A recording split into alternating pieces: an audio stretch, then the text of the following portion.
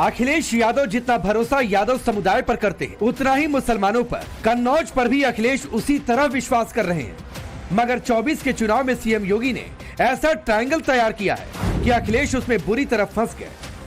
लखनऊ से पटना और पटना से लखनऊ 1000 किलोमीटर की दूरी तय करने के बाद भी अखिलेश की टेंशन कम नहीं हुई।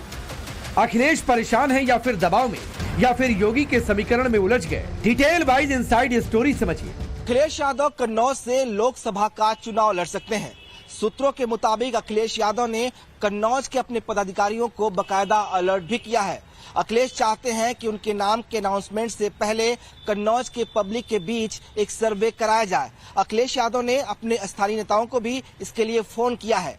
कयास लगाया जा रहा है कि 10 मार्च को समाजवादी पार्टी की चौथी लिस्ट आ सकती है, जिसमें अखिलेश यादव का नाम भी कन्नौज से हो सकता है। अखिलेश यादव विधानसभा में रहेंगे या लोकसभा का चुनाव लड़ेंगे? राजनीति यह कहती है दोनों जगह टांग रखी है। तो दोनों जगह टांग हो सकता है, दोनों जगह हो। तो कौन सी कॉन्स्टिट्यूएंसी? अभी नहीं बताएंगे, बाद में तय करेंगे। बहुत है हमारे पास कॉन्स्टिट्यूएंसी। तो फिर तय है कि अब अगली मुलाकात दिल्ली में नई पार्लियामेंट में होगी। मुझे नई पार्लियामेंट अच्छी नहीं लगी, तो अब जाना तो वही है। अगर चुनाव आएगा तो अभी तय नहीं करेंगे, चुनाव का तारीख आएगी तब तय करेंगे। कन्नौज में दलित, मुस्लिम और यादवों का दबदबा माना जाता है। 18 लाख वोटर्स में 3,85,000 दलित है, 2,90,000 यादव और इतने ही मुस्लिम मतदाता है। 2,70,000 ब्राह्मण और 1,80,000 राजपूत वोटर्स है। अखिलेश को लगता है कि जिस यादव प्लस मुस्लिम इक्वेशन से कन्नौज का किला मुलायम फैमिली जीतती आ रही है, 2024 में कुछ वैसा ही हो सकता है। हालांकि अखिलेश कन्नौज को अपने लिए जितना सेफ मान रहे हैं, सीएम योगी सुब्रत पाठक के जरिए उसे उतना ही टफ बना रहे हैं। क्योंकि 1989 से लेकर अभी तक कन्नौज में 9 चुनाव हुए, जिसमें 7 बार यादव कैंडिडेट की जीत हुई। 2 बार बीजेपी के नॉन यादव वोटर्स ने जीत हासिल की। 1 बार मुलायम सिंह, 2 बार अखिलेश यादव और 1 बार डिंपल यादव इस सीट से जीत चुकी। मगर मोदी के आने के बाद से कन्नौज के समीकरण बदल रहे हैं और इसी का नतीजा है कि अखिलेश की पत्नी डिंपल यादव इस सीट से हार चुकी है। 2019 में बीजेपी के सुब्रत पाठक को 49.35% वोट मिले थे, जबकि डिंपल यादव 48.27% वोट पा सके। इसमें मायावती के वोटर्स का भी बड़ा हिस्सा है। 2014 में भी सुब्रत पाठक और डिंपल के बीच करीबी फाइट रही थी। तब सुब्रत पाठक डिंपल के 27.04% वोटों के मुकाबले 25.94% वोट लाए थे, यानी हार जीत का मार्जिन सिर्फ 19,907 वोट। बीजेपी ने इस बार भी कन्नौज से सुब्रत पाठक को ही टिकट दिया है, मगर अपोजिशन में कैंडिडेट बदल गया है। डिंपल की जगह सुब्रत पाठक के सामने होंगे खुद अखिलेश यादव। बहुत जल्दी तय हो जाएगा सब। अब बीजेपी की सूची देखिए आप, क्या सूची है वो, जो सब हारने वाले हैं। ये उनकी पार्टी है, अपनी पार्टी के स्वयंभू नेता है, वो चाहे जहाँ से लड़े। मुझे भारतीय जनता पार्टी ने कन्नौज से टिकट दिया है, मैं भारतीय जनता पार्टी की ओर से कन्नौज से चुनाव लड़ूंगा। अब दूसरे दल से कौन आता है इससे मुझे क्या लेना। जिस कन्नौज से अखिलेश ने साल 2000 में राजनीति का ककहरा सीखना शुरू किया, पत्थर से तो ईंट गुलगुली नारा जिस कन्नौज में देकर चुनाव जीता था, क्या वहां अखिलेश तीसरी बार जीत पाएंगे? वो भी तब जब कन्नौज का वोटर ये बात अच्छी तरह जानता है कि 2019 में अखिलेश आजमगढ़ से चुनाव लड़े, मगर बाद में विधानसभा के लिए सांसदी छोड़ दी। सवाल बहुत है, जवाब यादव वोटर्स को देना है, क्योंकि अगर अखिलेश का कैलकुलेशन बिगड़ा तो योगी के दांव में बुरी तरह उलझ जाएंगे। मेरा मानना यह है कि जहां से लड़े वहां की सीट मत छोड़ें, क्योंकि पब्लिक वोट चेहरा देख के देती है, चाहे हमारा हो चाहे उनका हो। अगर किसी गरीब को दिक्कत परेशानी है, आप वहाँ लखनऊ में बैठे हो, हम लोग यहाँ दौड़ रहे हैं, तो ये भी सही नहीं रहता। नेता ऐसा होना चाहिए जो सबको संग में लेके चले, छोटा बड़ा मत देखे। पिछली बार डर था कि मैं चुनाव लड़ूंगा कन्नौज आजमगढ़ से। कन्नौज से उनकी हार की सुनिश्चित, मतलब उनको हारना ही था।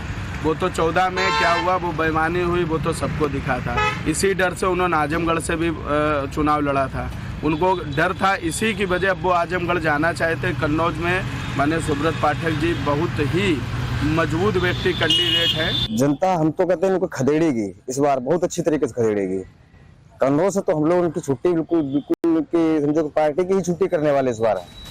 जिन यादव बहुल सीटों पर कभी समाजवादी पार्टी की तूती बोलती थी, वहां सीएम योगी जबरदस्त बैटिंग कर रहे हैं और इसी रणनीति के तहत मुख्यमंत्री योगी आदित्यनाथ बीते कुछ सालों में कन्नौज के कई दौरे कर चुके हैं। कन्नौज से सटे कानपुर में भी अलग अलग वक्त पर मीटिंग्स कर चुके हैं। उनका फोकस हमेशा इसी बात पर रहता है कि सैफई परिवार का दबदबा किसी तरह यहां से खत्म किया जाए। इसी रणनीति के तहत मध्य प्रदेश के मुख्यमंत्री मोहन यादव कन्नौज से 122 किलोमीटर दूर लखनऊ में यादव मंच में शामिल हुए और फिर कन्नौज से 275 किलोमीटर दूर अयोध्या जाकर रामलला के दर्शन किए। ये बीजेपी की वो स्ट्रैटेजी है जिसमें टारगेट पर सिर्फ कन्नौज ही नहीं, यूपी के 9% यादव वोटर्स भी हैं। 2014 के लोकसभा चुनाव में यूपी के 27% यादव वोटर्स ने बीजेपी को वोट किया था, जबकि 2019 में 23% यादव बीजेपी के साथ खड़े रहे।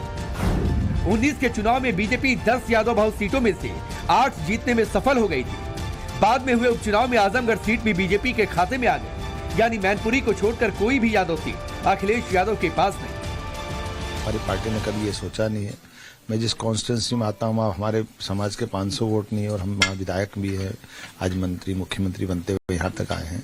तो ये उदाहरण इस बात के लिए कि समाज में जातिवाद की बात न करके योग्यता की बात होना चाहिए, और मैं उस पार्टी में आता हूँ जो इस योग्यता को आगे बढ़ाती है, और ऐसे में जहाँ जिसकी जैसी योग्यता वो वैसा सोचना चाहिए।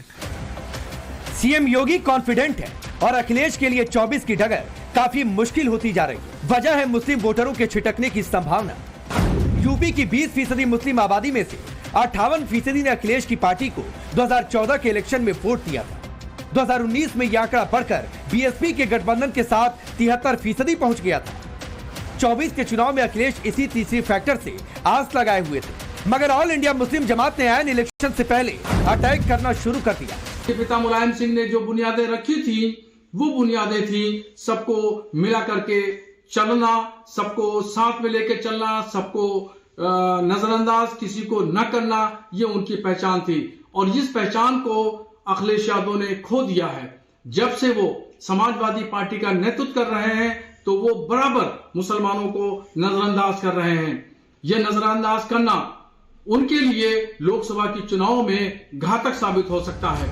मौलाना शाहबुद्दीन रिजवी पश्चिमी यूपी के बरेली से आते हैं और इस पश्चिमी यूपी में मुस्लिम आबादी 26% के आसपास है। बरेली से फिलहाल बीजेपी के संतोष गंगवार सांसद हैं। 28% मुस्लिम वोटर्स वाली सीट पर समाजवादी पार्टी को 2019 में 37.23% वोट मिला था। जिस मुरादाबाद में समाजवादी पार्टी की जीत हुई थी उससे 51% मुस्लिम बहुल सीट पर एसपी को 50.65% वोट मिले। 2019 में समाजवादी पार्टी ने जब रामपुर सीट जीती तो 50% मुस्लिम वोटर्स वाले इस लोकसभा इलाके में 52.69% वोट अखिलेश के कैंडिडेट को मिले। अंदाजा लगाइए, बरेली से लगने वाले इन जिलों में अगर मुस्लिम मतदाता अखिलेश से टूटकर बीएसपी या फिर बीजेपी की तरफ झुके तो फिर 24 का रिजल्ट अखिलेश के लिए कितना सदमा भरा रहे। इस बात को सीएम योगी अच्छी तरह जानते हैं, इसीलिए लखनऊ से उन्होंने यूपी के यादव और मुस्लिम वोटर्स को मैसेज दिया कि उनकी सरकार वादों में नहीं रिजल्ट में यकीन करती है।